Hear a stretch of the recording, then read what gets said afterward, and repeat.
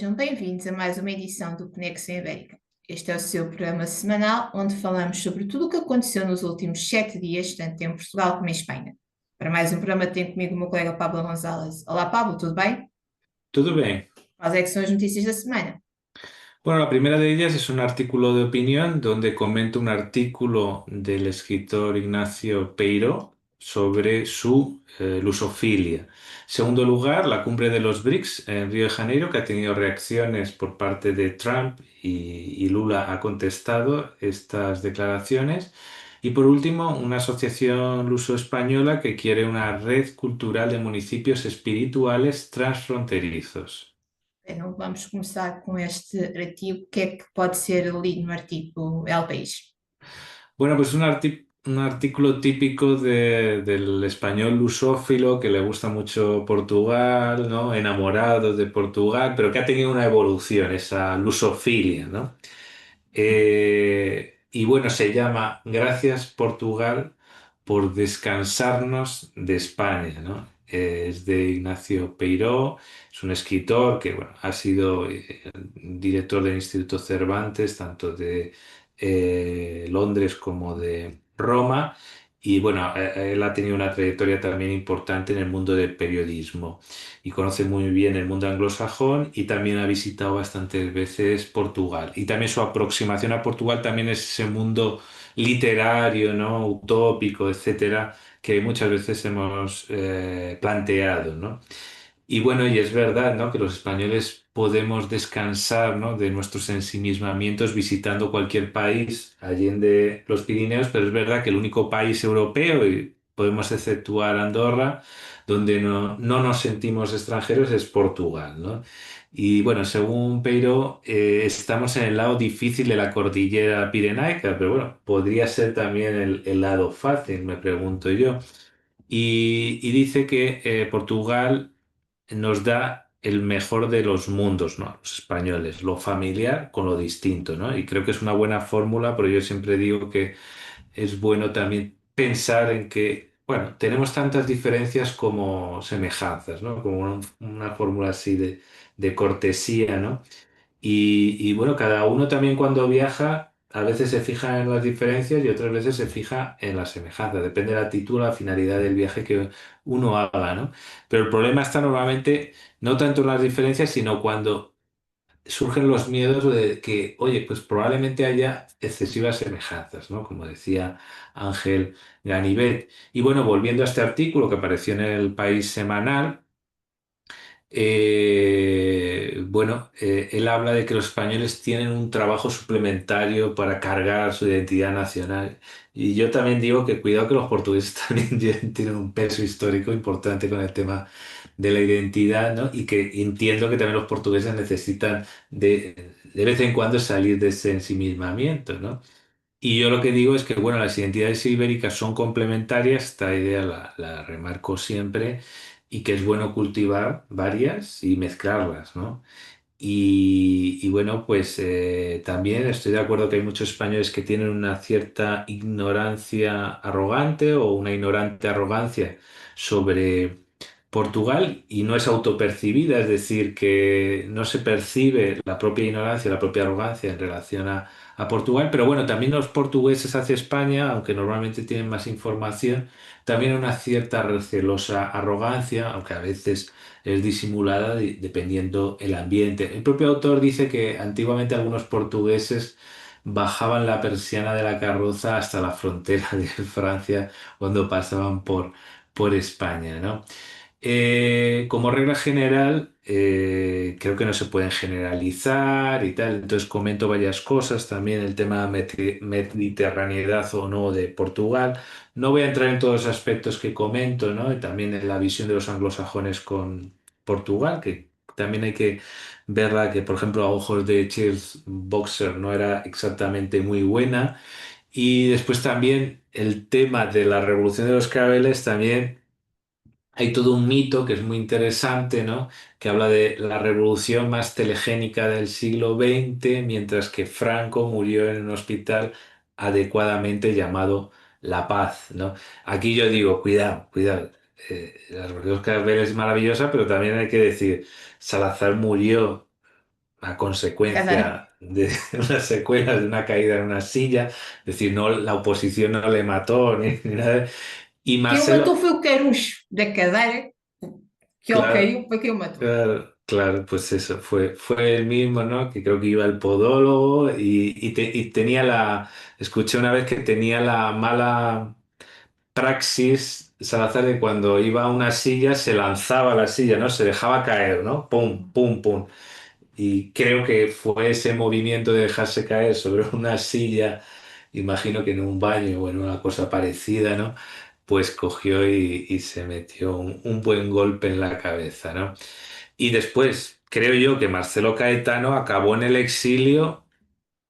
No quiero quitar méritos a nadie, pero en gran medida por su empecinamiento con la guerra de 13 años y decenas de miles de muertos, como una especie de Vietnam en el sentido también de que tiene efectos sobre la población del propio país, ¿no? Un Vietnam luso, ¿no? Donde los militares portugueses quisieron sobrevivir en un proceso de autoabsolución para pasar página que derivó en un divertido desmadre aventurero, digo, que finalmente fue corregido democráticamente sin llegar a una guerra civil, que esto fue otro éxito también de todos los actores, ¿no? Es decir, reconducir la cosa sin que la cosa saliera de madre, como decimos por aquí, ¿no?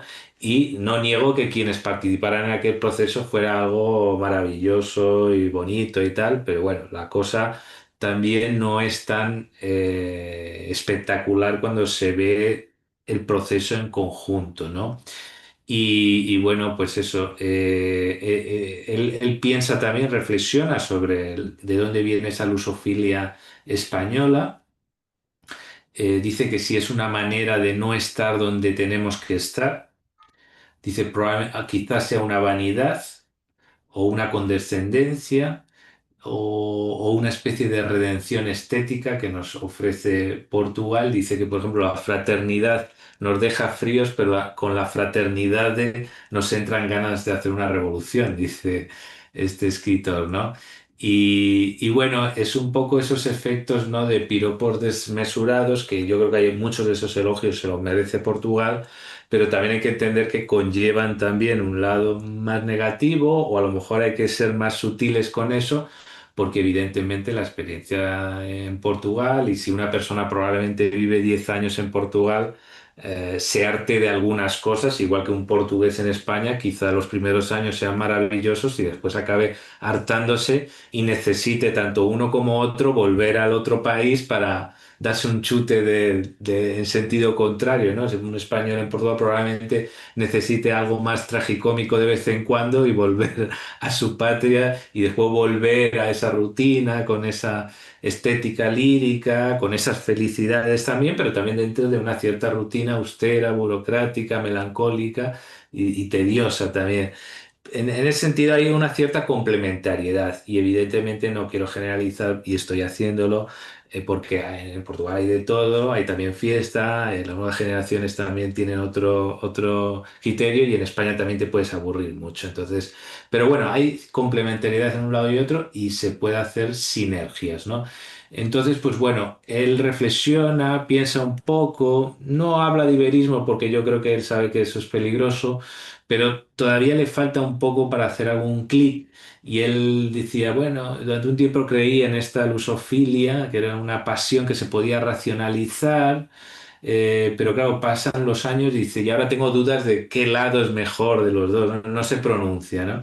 Y él dice, bueno, quizá no hemos probado la de un estado títere de Portugal, que España fuera un estado títere de Portugal, ¿no? Y dice, a lo mejor es la manera de desbloquear el laberinto español. Yo creo que esto todo el mundo ha pensado alguna vez, ¿no?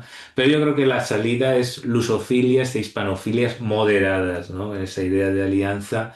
Y yo creo que sí que tiene razón, por ejemplo, este Peiró, si le restamos un poco de ese dramatismo que típico, que cualquier tipo de solución ibérica pasa por un coliderazgo determinado portugués y reducir los perjuicios mutuos y propios. Y bueno, este debate es divertido, puede ser polémico, pero bueno, está ahí el artículo. Ok, agora vamos passar para o outro lado do Atlântico, para o Brasil, onde está a acontecer a Cimeira dos BRICS. E como é óbvio, Donald Trump tinha que falar e Lula da Silva responder, não é? Sí, porque la verdad que Trump ayuda a veces a mejorar cumbres, como también le pasó a Pedro Sánchez con la cumbre de la OTAN, ¿no?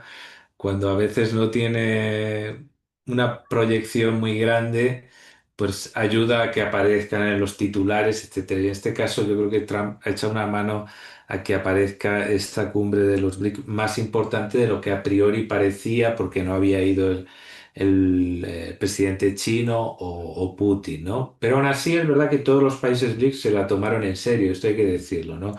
Y ha habido avances en diferentes aspectos. Es verdad que algunos países tienen diferencias internas, algunos le quieren dar una visión de contraposición a Occidente, otros simplemente un contrapeso o una cosa de mediación entre unos y otros.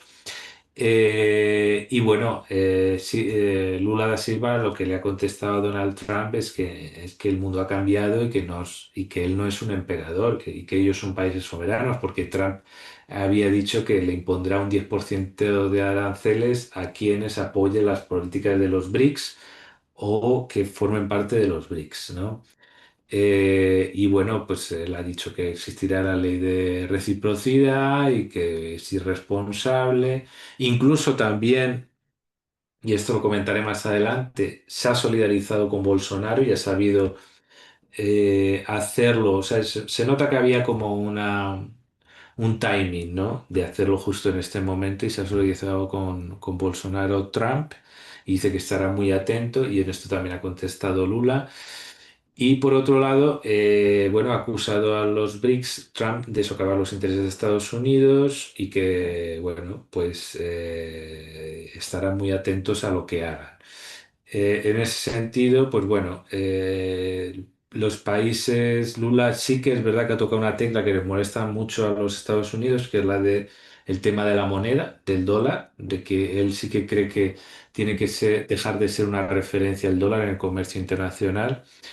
Esto ya en algunos países ya se está produciendo gradualmente. Es verdad que es muy difícil muchas veces porque quienes eligen usar una moneda y otra son los agentes privados y los agentes privados, muchos de ellos, especialmente en América del Sur, para ellos siempre va a ser de referencia o por lo menos a corto plazo el dólar americano. Quizá a lo mejor el euro pueda ganar más peso y el yuan, porque al fin y al cabo el comercio chino cada vez más potente.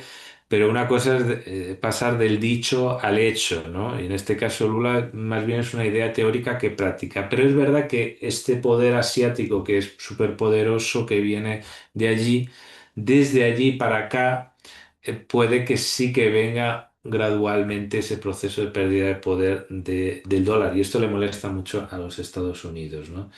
Entonces, pues bueno, y después finalmente con el tema de la interferencia que ha hecho Trump con el tema de Bolsonaro, pues ha dicho que la defensa, ha dicho Lula que la defensa de la democracia en Brasil es un tema que compete a los brasileños, somos un país soberano, no aceptamos interferencia o tutela de quien quiera que sea, así que estaremos muy atentos a estas tensiones que se están produciendo. Agora vamos passar para uma notícia mais calma, mais espiritual, mais religiosa. Vamos para uma nova associação que pretende juntar todos os municípios transfronteiriços que estejam, de alguma forma, ligados com o divino. Ujú. Así es, no, la verdad es que es bastante original y en concreto, aunque es una propuesta que yo creo que se puede trasvasar a otros lugares y aquí hemos hablado mucho de esas romerías, ¿no? Que transfronterizas, pero en concreto aquí es el Triángulo Urbano Ibérico Rayano, ¿vale? Se llama así, ¿no? Tiurbir, pero que integra exactamente las ciudades españolas de Cáceres y Plasencia y las portuguesas de Castelo Branco y Porto Alegre, ¿no? Entonces, para hacer esa red cultural de municipios espirituales transfronterizos para reforzar la cultura y el turismo, ¿no? Entonces, pues bueno, en una idea de dinamizar esta zona, y yo creo que es un triángulo bastante especial, ¿no? Entre esa Beira Baixa, ese Alentejo, ¿no? Esa parte de arriba y Extremadura. que yo creo que hay ahí un espíritu rayano especial, ¿no? Pues bien, van a intentar sistematizar la gestión del patrimonio religioso y espiritual en esos territorios fronterizos.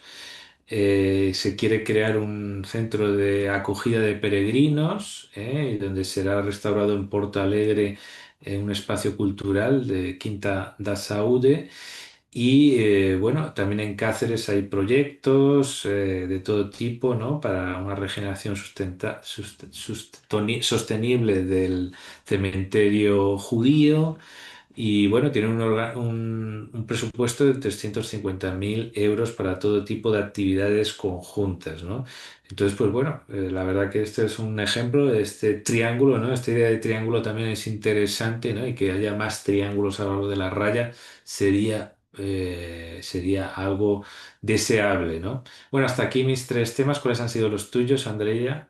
Bem, começamos com o difícil acesso à habitação, que é o principal problema que os jovens ibéricos têm quando querem se emancipar.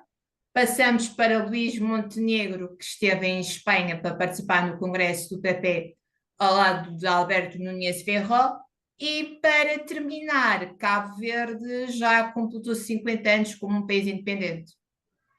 Muy bien, pues vamos con este tema que yo creo que es un tema muy importante y que a corto plazo no se ve que los precios vayan a parar de subir.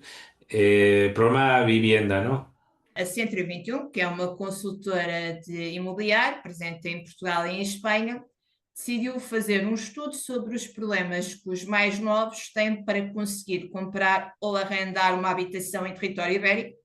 Como todos sabemos, é um problema bastante grave e que não temos uma forma de solucionar, pelo menos até ao momento. Em Portugal e tudo, os portugueses avançam que os principais problemas do país são, num lado, a habitação, no outro lado, a saúde.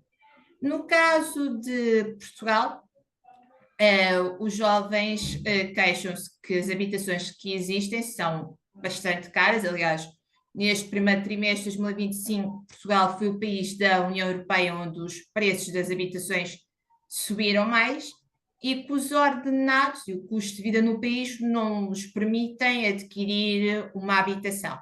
No lado espanhol, esse estudo, esse questionário, os jovens dos 20 aos 40 anos responderam em tudo para conseguirem comprar uma casa, algo que os seus pais sempre viram como uma coisa certa, uma coisa normal.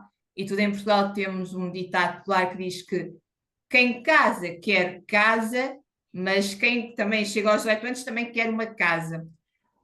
No lado espanhol, então, os jovens responderam que para comprarem uma casa que podem ter que demorar 15 anos, algo que os seus pais conseguiram em 2 ou 3, eles vêm em 15 anos. Muitos destes jovens responderam ao inquérito para poderem sair da casa dos pais, decidiram ir morar com parceiros ou com pessoas amigas para conseguirem dividir entre eles o preço das habitações. Continuando a falar sobre Portugal e sobre o problema das habitações, e tudo houve recentemente mais uma manifestação onde houve uma participação massiva dos mais novos, onde eles pediam mais apoio para adquirirem casas, mais com participações do lado do Estado. Elas existem, mas são consideradas poucas, ou seja, nos dois países os apoios estatais não são vistos como necessários ou suficientes para que os jovens possam deixar de ser uma geração adiada. É verdade que somos a geração mais qualificada provavelmente dos últimos 60 anos, mas também uma geração que não conseguiu ainda o mesmo que os pais, e muito devido a este facto de não conseguirem comprar uma casa. O Bloco de Esquerda, que é um governo, é um partido, neste caso, como o próprio nome diz, de esquerda, lamenta que o atual governo de direita esteja mais preocupado em remeter contra imigrantes ou falar sobre questões de segurança e não tentar encontrar uma forma de que todos tenham acesso a uma habitação digna. Só para terminar, e já que há bocadinho estávamos a falar sobre o 25 de Abril, um dos objetivos da Revolução dos Escravos em Portugal era que todos os habitantes de Portugal tivessem casas dignas. Não sei se alguma vez viste imagens de Portugal há 50 anos atrás, na área da Grande Lisboa, onde hoje em dia vemos prédios, construções de luxo, haviam bairros de lata, zonas sem acesso de eletricidade, esgotos, água, etc, etc. Hoje em dia muita coisa mudou, como é óbvio, hoje em dia já temos um país coberto pela luz e pelos cuidados mais básicos, mas por outro lado temos pessoas que aos 40 anos ou aos 50 não conseguem sair da casa dos pais devido ao ordenado que têm, não conseguem pagar uma casa. Logo, uma das propostas é que as habitações que apareçam no mercado tenham uma renda ou tenham um valor que seja compatível com o custo de vida daquele país, porque nada vale vir num país onde as pessoas têm um ordenado mínimo de 600 euros e uma casa custe 20 mil. Mas é uma casa que vai ser vendida não a alguém que viva naquele país, mas a alguém que venha de fora para passar uma reforma ou para os expats, que se fala tanto aí no lado de Espanha, ou seja, os portugueses e espanhóis não podem sofrer do seu próprio país. E acabei de ser muito revolucionária aqui. Sin duda, yo creo que una de las claves es que va a tener que volver a algún tipo de construcción y en una versión más sencilla y probablemente por encima de ciertas regulaciones, ¿no? Para que haya casas suficientes para todos, ¿no? Y el problema, como siempre, va a ser cómo construir barato y de dónde sacar el dinero, ¿no? Pero habrá que Atualmente já priorizar. se está a fazer, muito também devido a este PRR, este plano que veio depois da Ujú, Covid-19, estão-se a fazer várias casas, atualmente estão em construção, tenho tudo aqui perto de mim, ujú, vários blocos em construção para, supostamente serão para rendas acessíveis, rendas que começam a partir de 50 ujú. euros. Muy Mas bien. também já ouvi uma vez uma consultora imobiliária a dizer que a crise que houve aqui em Portugal em 2011 fez muita coisa parar, incluindo a construção civil, só que a população, em vez de parar, tentava crescer. Logo, não temos o mesmo número de casas para o mesmo número de pessoas, e é um problema que, no caso português, ainda pode demorar um bom par de anos a ser resolvido. Muy bien, pues estaremos atentos porque este tema va a ser recurrente. Bien, ahora pasamos a la visita que ha hecho Luis Montenegro, en este caso no en calidad de primer ministro, sino como líder del PSD, a su colega ibérico, ¿no? Al Congreso del PP para apoyar a Alberto Núñez Feijóo. Exatamente, esta foi não uma visita como Primeiro-Ministro de Portugal, mas uma visita como líder do PSD, o maior partido de direita de Portugal, tem como congénere neste lado do espectro político o PP. E foi isso mesmo que Luís Montenegro quis reforçar neste congresso que o PP teve esta semana, também no domingo aí em Madrid, que teve como anfitriã Isabel Dias Ayuso, mas o objetivo do Congresso era que o partido, a gente em Portugal usa muito o termo cerrar fileiras em volta do seu líder, neste caso, Alberto Núñez Ferro. Tirando Luís Montenegro, só houve outra figura internacional, que era o líder do PP, Partido Popular Europeu, que foram os únicos estrangeiros que participaram no Congresso. Montenegro, que é, temos de dizer que é amigo de Núñez Ferro, quando ganhou a sua primeira eleição aqui em Portugal, o líder do PP foi para aí uma das primeiras, não mesmo a primeira figura internacional a ligar para lhe dar os parabéns. Falou-se mesmo e tudo num congresso que unisse estes dois partidos de direita, que são os dois maiores do território ibérico. Bem, Luís Montenegro fez um discurso todo em espanhol, reforçou que uma possível vitória do PP em possíveis novas futuras eleições, não sabemos muito bem o que vai acontecer, seria benéfico não só para a Espanha como para o território ibérico, e também aproveitou o seu discurso para falar um pouco da situação em Portugal, pretendem tornar o país mais seguro, falou ainda isto um pouco da história que já temos acompanhado perto aqui no Conexão no Trapézio, das alterações à lei da nacionalidade, né, e tudo, ao mesmo tempo que ele estava a discutir em Madrid, serão dados aqui em Portugal, que até este mês de julho foram pedidas 515, houve 515 mil pedidos de nacionalidade, a grande maioria por brasileiros e guineenses e de fora do território europeu ou do território lusófono, temos os judeus sefraditas. Falou disso, mas também aproveitou um pouco para deixar algumas farpas, vamos assim dizer, usando agora já um termo mais tauromáquico, ao governo de Sánchez, falando que no seu caso, quando aconteceu esta história que em Portugal, da Seminum Viva, da empresa da família dele, que apresentou uma moção de confiança que levou a eleições, que ele acabou por ganhar, e ele disse: pronto, qualquer coisa como. Quando acharam que eu tinha uma carga negativa sobre mim, eu decidi ir a eleições para que o povo dissesse que sim ou que não. Logo, é o do género, o povo é quem mais ordena, logo era mais ou menos o que ele queria dizer, era para a situação toda que sabemos que está a acontecer em Espanha com o PSOE, com Sánchez a dizer que não, como bom capitão não vai abandonar o barco, mas que o PP já queria se preparar para este possível fim do sanchismo e numa chegada à Moncloa onde o partido não levanta a possibilidade de um cordão sanitário em volta do voto, coisa que Montenegro levantou em volta do Chega. Montenegro, no seu discurso, apoiou abertamente o colega e falou que com a direita no território ibérico o povo teria voz e que a direita, para além de ser os partidos, neste caso ligados às contas certas, são os partidos do povo. Bem, este foi a passagem de Luís Montenegro aí por Espanha, não como primeiro-ministro, mas sim como líder do PSD, que sei que em Espanha faz sempre muita confusão, porque os partidos em Portugal é PS, ou seja, são sempre socialistas, mas este é social-democrata, ou seja, é de direita, nada tem a ver com a esquerda, na verdade é um partido de direita. Camuflado, porque a gente tem um PP também em Portugal, que é, neste caso são os colegas do PSD, temos um CDS-PP, mas o verdadeiro, se tivéssemos que procurar um irmão gêmeo do PP espanhol, seria o PSD. Sí, sí, sí.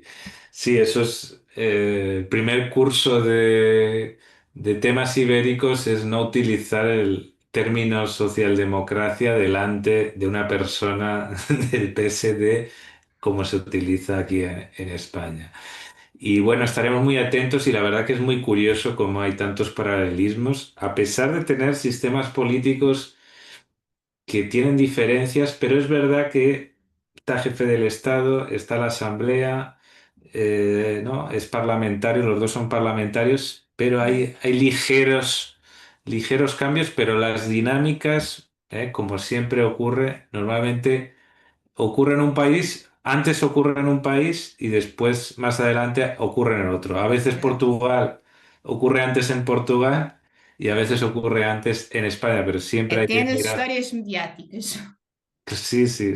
Aquí la historia se repite en Iberia, ¿no? Se repite siempre porque ocurre antes en el país vecino. Pues bien, estaremos aquí atentos precisamente para adivinar las cosas que ocurran en el propio país, ¿no? Y ahora pasamos a un país también muy querido, que no está tan lejos, que es Cabo Verde, que cumple 50 años, ¿no? Una independencia resiliente, porque ahora estamos pasando todo el tour, ¿no? Todo este ciclo de los 50 años, que más o menos las fechas son parecidas, ¿no? Meses arriba o un año arriba o abajo, ¿no? De todos estos países lusofricanos. Exatamente, agora foi a vez de Cabo Verde. Este é o ano dos 50 anos de independência, não na maioridade, mas neste caso os países estão a chegar ali a meio como o vinho do Porto, quanto mais velhos, melhores. Bem, começámos com Moçambique, agora passámos para Cabo Verde, que entretanto já fez anos, Este pequeno arquipélago aqui bem junto de nós, está entre a Madeira e as Canárias, fez 50 anos. Nas celebrações houve chefes de Estado internacionais, como é óbvio, apenas 2 lusófonos. No lado tivemos Marcelo Rebelo de Sousa, que está a fazer quase uma digressão pelos países que estão a fazer estes aniversários. Dentro de dias, dia 12, teremos São Tomé e Príncipe, onde também vai marcar presença. E provavelmente também irá a Angola para o fim do ano, isto já que se está a despedir do Palácio em Beleza, em Cabo Verde. Para além de Marcel, tivemos o presidente da Guiné-Bissau, o Márcio Sissoko e o Embalo, que participaram nestas celebrações, que começaram com uma deposição de uma coroa de flores no memorial a Amílcar Cabral. Amílcar Cabral foi quem decretou, ou quem proclamou, vamos assim dizer, se calhar melhor, a independência há 50 anos atrás, no estádio onde as celebrações aconteceram. Esta proclamação teve contornos engraçados, porque quem conhece mais ou menos o que aconteceu na Guerra Colonial sabe que os sítios onde a guerra foi mais violenta foram a Guiné, Moçambique, Angola também, que os arquipélagos, tanto de São Tomé como de Cabo Verde, havia presença militar, mas os militares iam ali quase de férias, porque o confronto não foi tão violento como foi nos outros sítios. E quando Cabo Verde decidiu proclamar a sua independência, mandou um fax a Lisboa com literalmente a explicar como iam fazer. Vamos fazer assim, assim, assim, assim. E Lisboa aceitou toda a ideia do governo de Cabo Verde. Bem, nestas celebrações dos 50 anos num país resiliente e visto como um exemplo no continente africano, de longe dos PALOP, é o país, não só geograficamente, mas como culturalmente, mais próximo de Portugal, o país da amor à mesa. Talvez um dia explique mais o que é, mas é quase uma forma de viver Cabo Verde, como temos aqui em Portugal, fado. Não é só quase um estilo musical, mas uma forma de vida. Bem, e nestas celebrações, Marcelo Rebelo de Sousa teve não só com a comunidade portuguesa no arquipélago, mas também admitiu sentir-se muito contente por ver o país já a atingir mais este aniversário.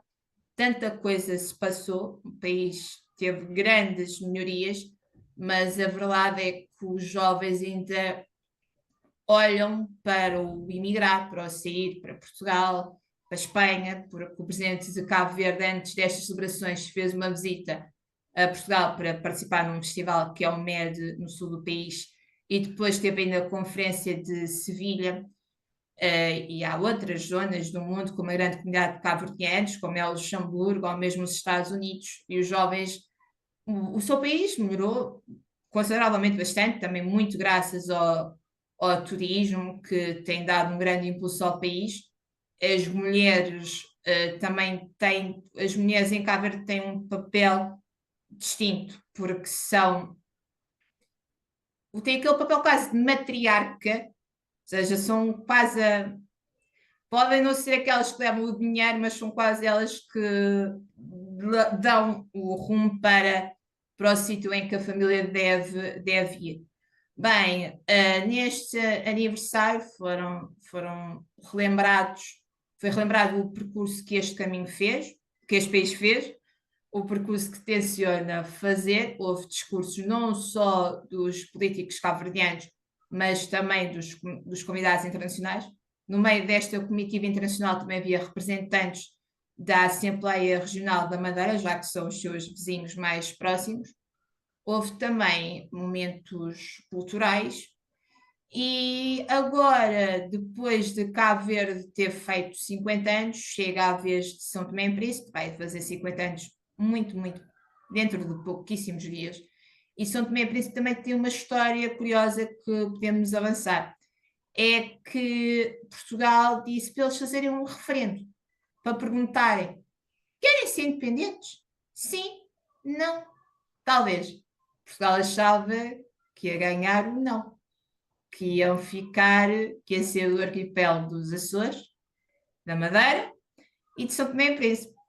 Quando Portugal acordou Tinha ganhado, sim. Tinha Mm. aparecido um país em que o governo de Lisboa, bem dizer, quisesse ou soubesse também. Mas pronto, estes foram os 50 anos de Cabo Verde e brevemente teremos novos países da CPLP a fazer mais um aniversário. Muy bien, pues seguiremos esa ruta y por cierto, en Santo Tomé tiene también una particularidad que no está muy lejos de Guinea Ecuatorial, entonces y tienen esos contactos, ¿no? Del mundo hispanoafricano con el mundo lusoafricano, ¿no? Exato. Y esos contrastes los pueden ver y creo que actualmente tienen una cooperación interesante, interesante, aunque sabemos que en torno a la Guinea Ecuatorial hay varias polémicas y incluso varias protestas, ¿no?